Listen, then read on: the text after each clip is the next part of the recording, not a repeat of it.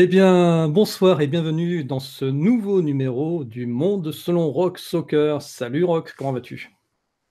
Bonsoir Antoine, bah écoute, ça va très bien, impeccable. Un peu fatigué parce que je viens de boucler donc ce top secret numéro 95, mais je suis ravi de pouvoir communiquer avec toi. Puis on a toujours de belles conversations et puis de beaux projets en perspective en plus. Tout à fait. Alors, c'est vrai que ça faisait un petit moment qu'on n'avait pas eu le temps finalement de faire coïncider nos emplois du temps pour pouvoir faire les sommaires des deux derniers numéros. Et là, ça y est, cette fois-ci, on s'est posé. Et puis, tu attaques fort, hein, cette année 2018 avec un thème qui, ben, je pense, qu'ils vont exciter un certain nombre des fameux membres de la confrérie du Pouce Rouge, hein.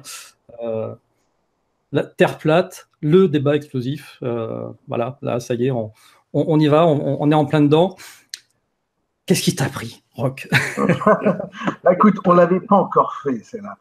On avait Eh parlé oui. de la Terre plate, mais c'était un article qui était quelque peu, on va dire, poétique, qui était un article décalé sur cette question-là.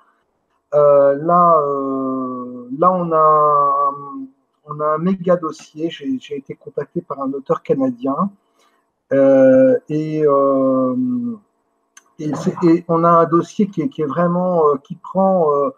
Donc cet auteur s'appelle Juan Ramirez et il traite de cette question-là point par point. C'est-à-dire que tous les points qui sont soulevés par, entre guillemets, les platistes, sont posés à plat, pardon, c'est le cas de le dire, sur le papier et étudiés.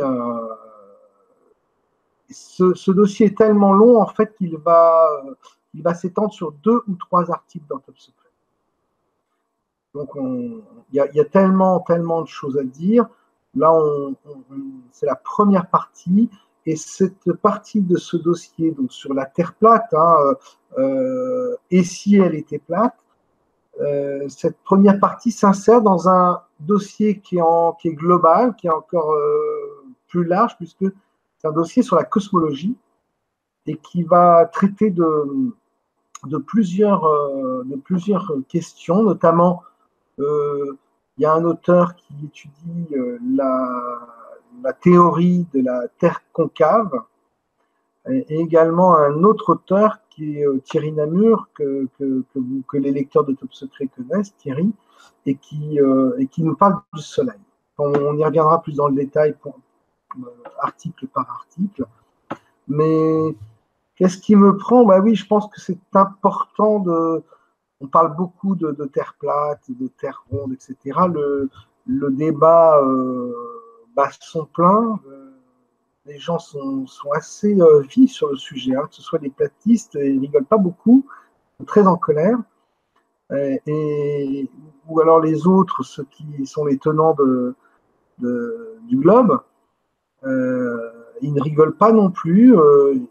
Ce sont des coups que ces deux camps se donnent sans faire semblant, sans se faire de cadeaux. Et donc, voilà, il me semblait important de traiter point par point toutes les anomalies, tous les problèmes qui sont soulevés par cette théorie de la Terre plate.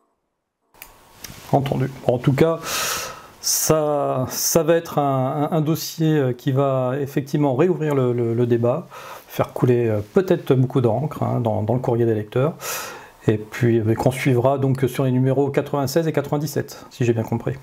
Exactement. Et dans ce même dossier, donc, que sur la cosmologie, il y a également, donc, comme je te l'ai dit, un dossier sur la théorie de la Terre concave. C'est un texte de Kisser Ourad, un nouvel auteur de Top Secret, et qui, lui, s'est penché sur cette question de la Terre concave, c'est-à-dire comme si nous, est-ce que finalement on ne vit pas à l'intérieur de la Terre? Et que, tu sais, ça fait penser un peu au générique de Game of Thrones. Où on voit dans le générique de Game of Thrones, ça passe, il y a vue d'avion, si tu veux, d'une maquette de la Terre, Et en fait, on se rend compte que le relief est concave. Il y a dans cet article-là, qui est inséré dans ce dossier sur la cosmologie, il y a des choses tout à fait étonnantes. D'abord, cet auteur soulève un problème intéressant par rapport à une question qu'on peut poser d'ailleurs aux tenants de la Terre plate, c'est l'Antarctique. Tu sais qu'en Antarctique, il y a des périodes, longues semaines, des mois où c'est la nuit. Ça va être la nuit ou le jour total, tu sais, pendant pas mal de temps. Et il explique dans cet article notamment que dans la configuration d'une Terre plate, ça ne marche pas, ce cas-là. Et donc, il a téléphoné notamment aux agences de tourisme qui emmènent les gens au niveau de l'Antarctique, et pour s'assurer qu'il y avait bien ces périodes de jours sans fin, ou de nuits sans fin. Il a vu que sur les brochures, on recommandait aux gens d'ailleurs de prendre des crèmes de bronzage, etc. Je trouve que c'est effectivement une objection assez solide à la théorie de la Terre plate, parce que dans cette configuration de Terre plate, le Soleil tourne sur les bords extérieurs de la Terre, et il ne peut pas y avoir partout en Antarctique le jour en même temps. C'est pas possible. Donc voilà, c'est des choses comme ça, toutes ces interrogations qui sont tout à fait passionnantes, que soulève Kisser-Orad donc dans cet article-là. Il donne notamment un exemple assez fameux de scientifiques français qui ont pris 2 puits de mine séparés par 1 kilomètre et qui ont suspendu sur une profondeur d'1,5 kilomètre des câbles pour ensuite mesurer aux 2 extrémités la distance qui sépare ces 2 extrémités.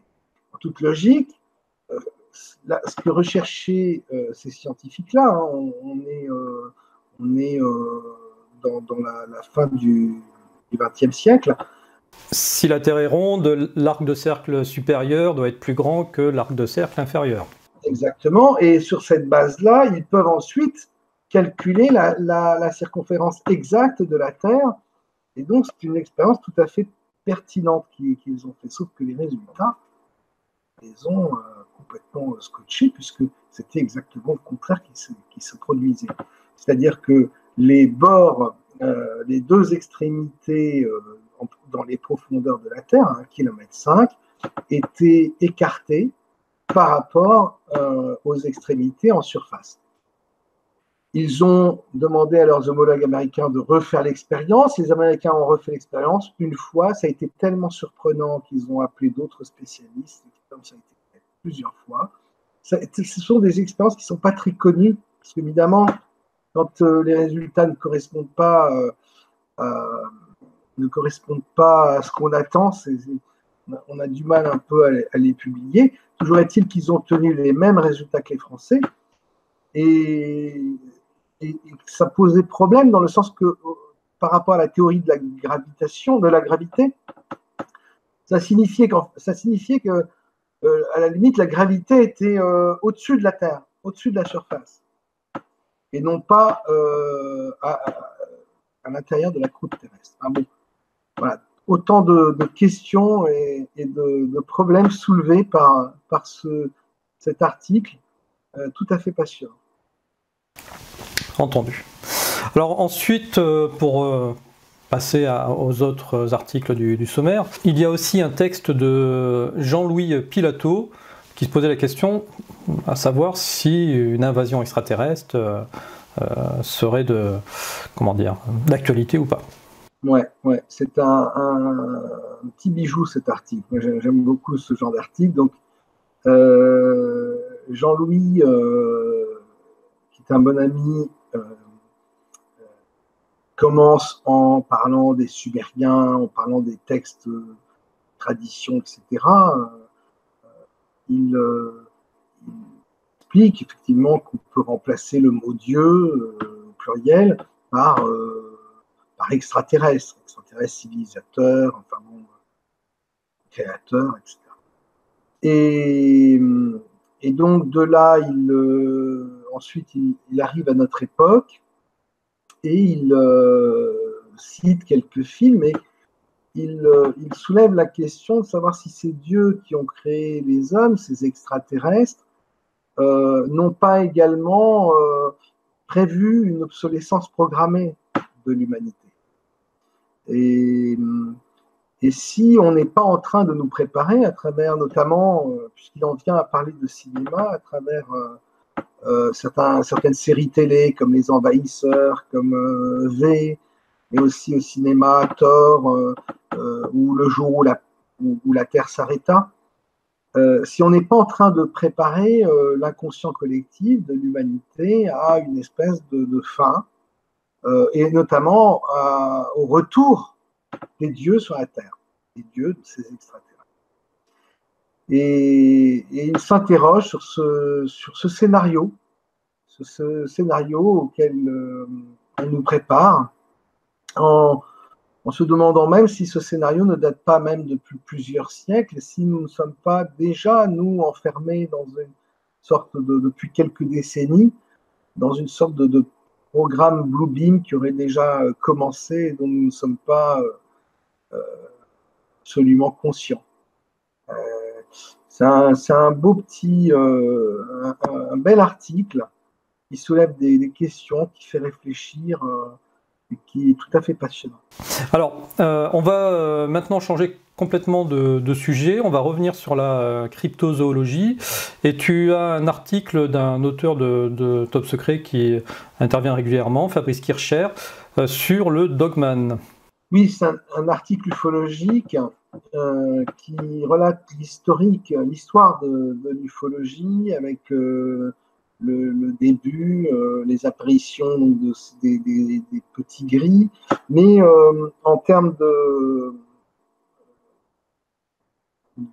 créatures, il explique qu'au fur et à mesure des années, des décennies, les modes vont changer et qu'on va avoir au départ des créatures, des extraterrestres qui arrivent en combinaison, ça va être le bibendum, etc. Puis ensuite, il y a le Mothman, il y a également le Chupacabra, et enfin, il y a toute une faune qui apparaît dans cette évolution de l'ufologie. Et bah, je parle évidemment, il y a également les reptiliens, enfin bon, tout ça. Et que actuellement, depuis quelques années, aux États-Unis notamment, apparaissent de plus en plus des dogman, des créatures à tête, on va dire, de loup-garou ou de chien. Et les Américains appellent ça le dogman. Donc c'est un phénomène qui n'est pas très connu en France. Et c'est un petit article qui est intéressant de ce point de vue-là pour se mettre à niveau et revoir un petit peu toute la déclinaison des différentes créatures, entre guillemets, extraterrestres qui viennent visiter la Terre et qui colorent d'une certaine façon le folklore ufologique depuis la seconde moitié du XXe siècle. D'accord. Tu vois, moi j'étais parti sur de la cryptozoologie, mais effectivement, parce que j'avais fait une émission avec Pascal Cazotte sur le Dogman et on l'avait plutôt abordé dans ce sens-là. Mais effectivement, il y a aussi le pan ufologique de la légende du Dogman. Et oui, puisque à travers les témoignages sur cette créature, il y a pas mal de gens qui voient des ovnis, qui ont vu des lumières dans le ciel, etc. C'est très lié. Bon, on peut dire la même chose également du Yeti. On peut dire la même chose de pas mal de créatures. Alors le Dogman, tel que je connais Pascal, ça doit lui faire penser notamment à la bête de Gévaudan, etc. Je suppose. Bon, en tout cas, il a démontré que l'apparition du Dogman ne datait pas du XXe siècle. Voilà. Il y a eu un certain nombre de témoignages avant. Mais bon, vous pourrez regarder la causerie avec Pascal si le sujet vous intéresse. Autre sujet Nouveau thème, d'ailleurs, j'ai l'impression, dans Top Secret, tu inaugures une rubrique lanceur d'alerte. Absolument. Je pense que ça fait pas mal de temps que je veux le faire, de traiter de sujets de société. D'ailleurs, je fais un appel aux auteurs, hein, puisqu'il y a tellement de... Alors, on a déjà parlé des vaccins, évidemment, mais on pourrait parler de pas mal de choses et de réserver quelques pages donc, pour ces lanceurs d'alerte. Et là, on est dans la continuité des 2 dossiers qu'on a sortis sur le réchauffement du climat. Et ça, c'est un des pendants de ce problème du réchauffement du climat. C'est le contrôle de l'habitat du citoyen sous couvert de protection de l'environnement, sous couvert d'économie d'énergie. Et en fait, ce lanceur d'alerte nous explique comment les lois ont évolué au cours de ces 2 dernières décennies et que ces lois rendent très difficile finalement l'accession à la propriété pour pas mal de gens. Ça devient de plus en plus exigeant en matière d'équipement, en matière de matériaux, et que peut-être il faudrait aussi également que les pouvoirs publics voient les choses différemment. C'est tout à fait intéressant, puis c'est un problème du quotidien, on est tous confrontés à ça, avec ces normes, ces mesures, ces normes qui changent tous les ans d'ailleurs, et de plus en plus rapidement, et qui mettent sur la touche pas mal de nos concitoyens. Alors, là, ce que l'auteur l'a remarqué, hein, c'est un homme, un homme qui est du métier en plus, donc il sait de quoi il parle. Rémi Thalès, il explique, enfin, il est en train d'imaginer qu'en fait, toutes ces lois ont pour but de concentrer la population autour des villes, dans des habitations, dans des immeubles, enfin bref, de créer une concentration d'individus au même endroit, en interdisant l'accès à la propriété dans les campagnes, etc., dans des maisons individuelles, de façon à pouvoir, le cas échéant, contrôler la masse de la population, comme les autorités pourraient en avoir besoin et quand ils en auront besoin. Tout à fait. Ouais.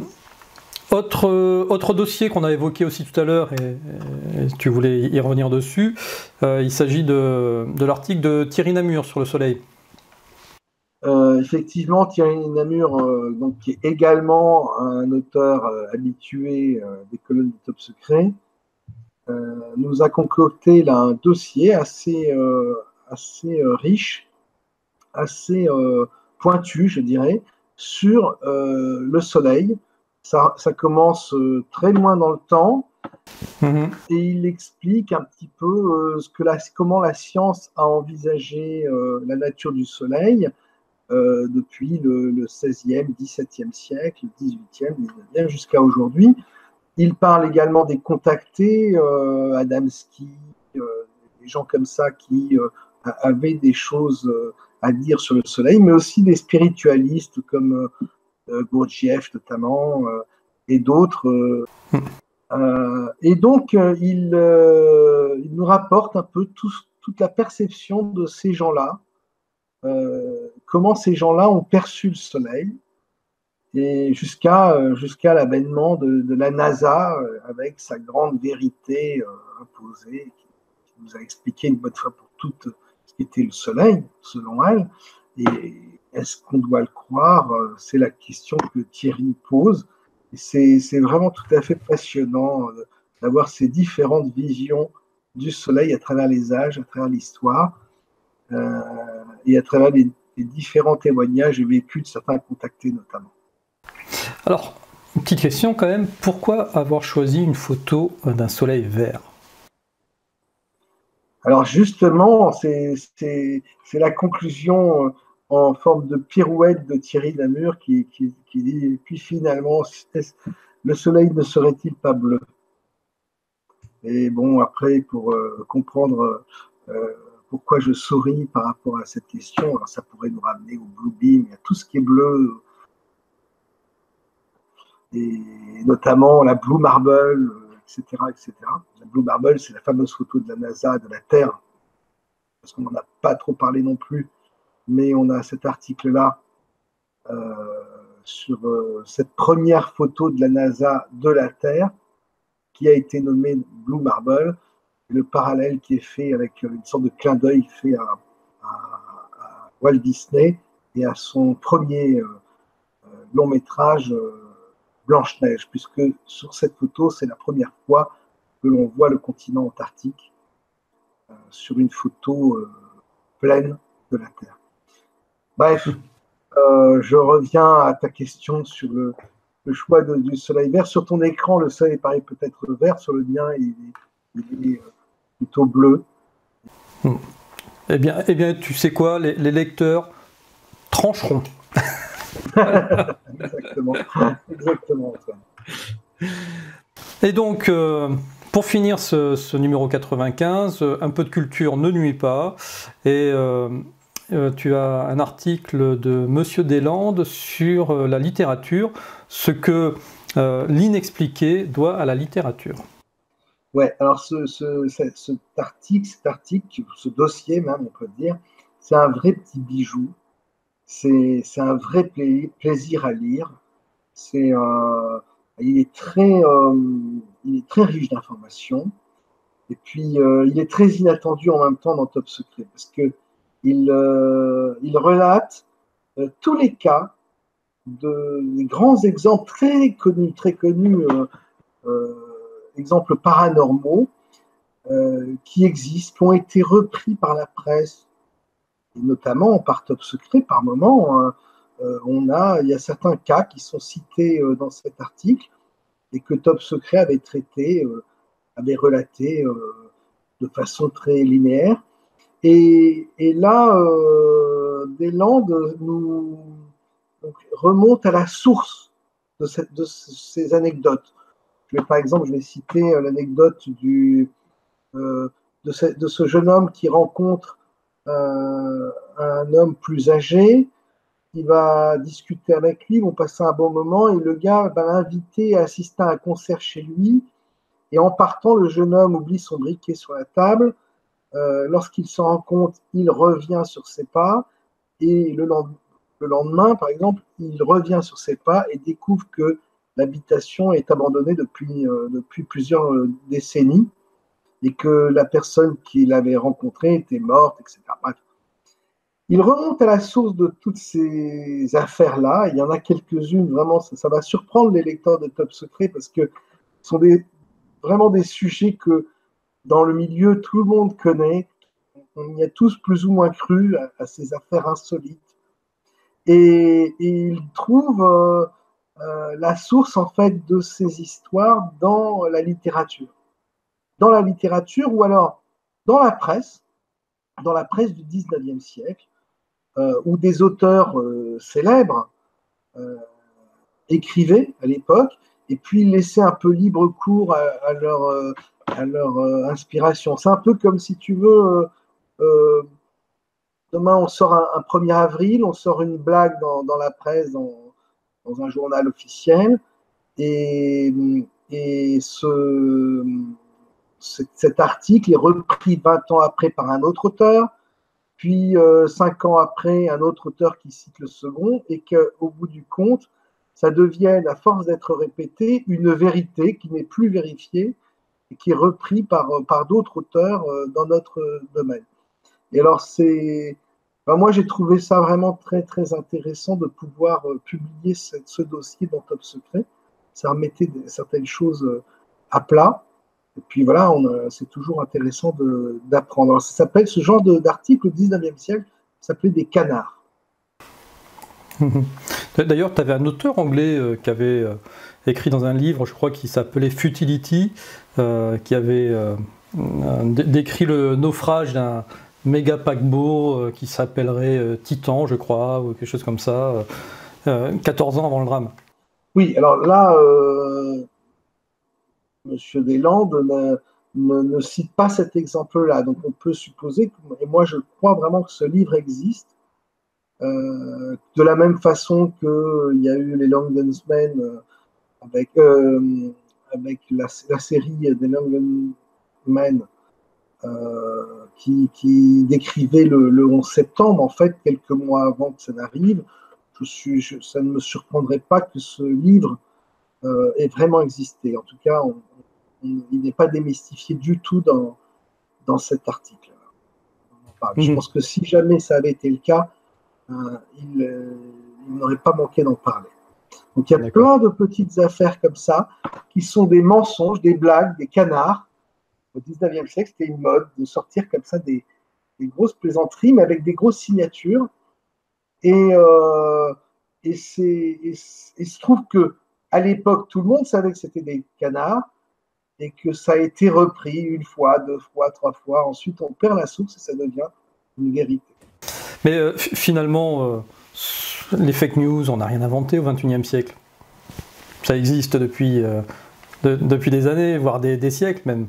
C'était ça les canards, c'était les fake news de l'époque.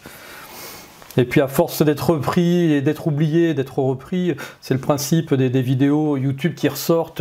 Ouah, regardez cette soucoupe qui arrive, etc. Mais non, ça fait déjà 10 ans qu'elle tourne. Mais comme tout le monde l'oublie, du coup ça revient régulièrement. Et puis au bout d'un moment, ça finit par être vrai. Ça me rappelle d'ailleurs une citation que tu as mis dans ton article de Jeanret, car tout finit par être vrai.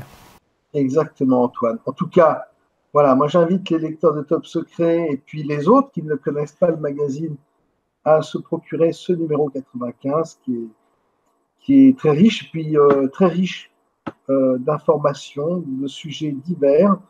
Il y en a vraiment pour tous les goûts, comme d'habitude. Et puis surtout à soutenir le magazine Top Secret, car on a beaucoup de pain sur la planche et notre équipe s'étoffe encore. Et puis il y a également ces vidéos qui sont en préparation. Et donc soutenez Top Secret, car c'est ce magazine qui est au cœur de cette résistance à la pensée unique. Tout à fait. Alors, en parlant de vidéos, là, ça y est, tu rentres à nouveau en studio, on va dire. On est parti pour un nouveau rendez-vous avec Rock.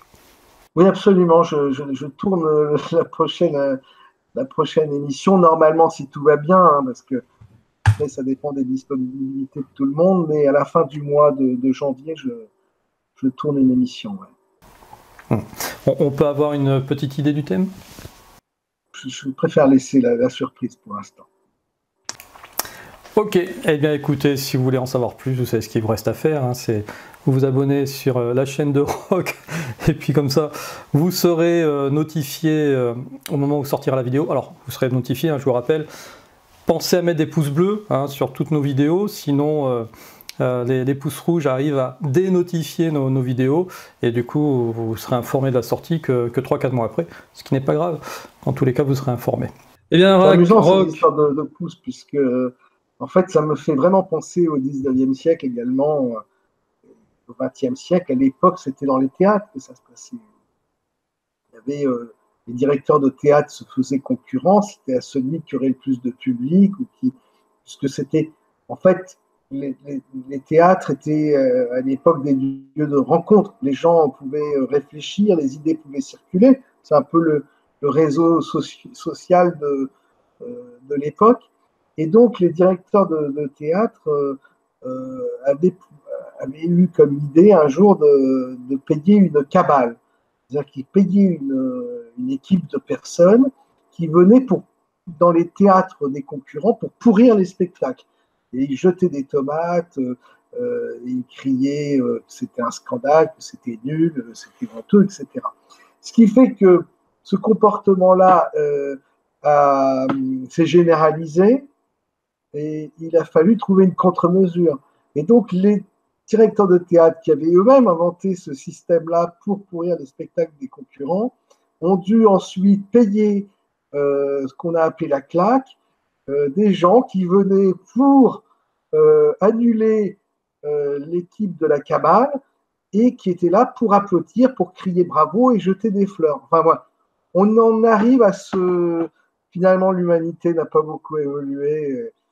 On le constate tous les jours, quoi. C'est toujours la même chose. Après, ceci dit, moi, je m'inquiète pas trop de ces histoires de pouces parce que je pense que YouTube reconnaît bien quand ce sont des pouces achetés ou que c'est des systèmes de cabale ou de clics ou de claques, pardon.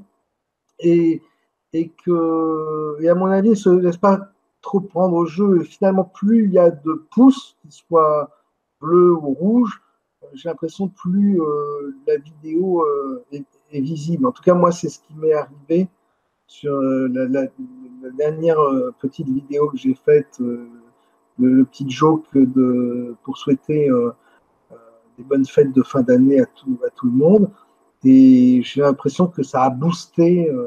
On s'est pris tout d'un coup 2000 pouces qui ont boosté la vidéo. Elle a été regardée comme jamais pendant toute cette période-là. Et c'était la première fois pour un petit clip de 50 secondes. Donc, il ne faut pas désespérer. Oh, mais non. En tout cas, une chose est sûre, c'est que finalement, on ne fait pas preuve d'innovation, hein, on ne réinvente rien. Tout avait déjà été prévu et vécu par nos anciens. Voilà. Et même les pouces rouges, finalement, ils ne font que reproduire la cabale du 19e siècle. Eh bien Roch, je te remercie, on va s'arrêter sur ces belles paroles. On se retrouve très très bientôt sur ta chaîne pour ta prochaine émission. Et puis nous sur Miasme TV pour la sortie numéro 96 dans 2 mois. Allez, ciao ciao et puis merci d'être resté jusqu'au bout. Au revoir Antoine. Merci à toi.